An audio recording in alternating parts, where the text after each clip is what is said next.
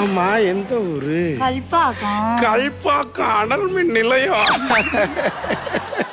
ஆமா, இவ்வளவு நல்லா பேசுற, உன் பொண்டாட்டியா எப்ப பாரு எரிஞ்செரிஞ்சு விடுறா? கிடக்கா மலை குரங்கு. இவ்வளவு நல்லா பேசுறியே, வாழ்க்கையில எவ்வளவு நேரத்தை வேஸ்ட் பண்ணிட்டேன். ஆமா, இது என்னடி சேலை? என்னத்த, இதுதான் கிடக்கு. பீரோவுல இருக்க 10 பட்டுப்புடவையும் உனக்குத்தான். ஐயோ, அந்த குட்டியானோட ஒட்டியான உனக்குத்தான்.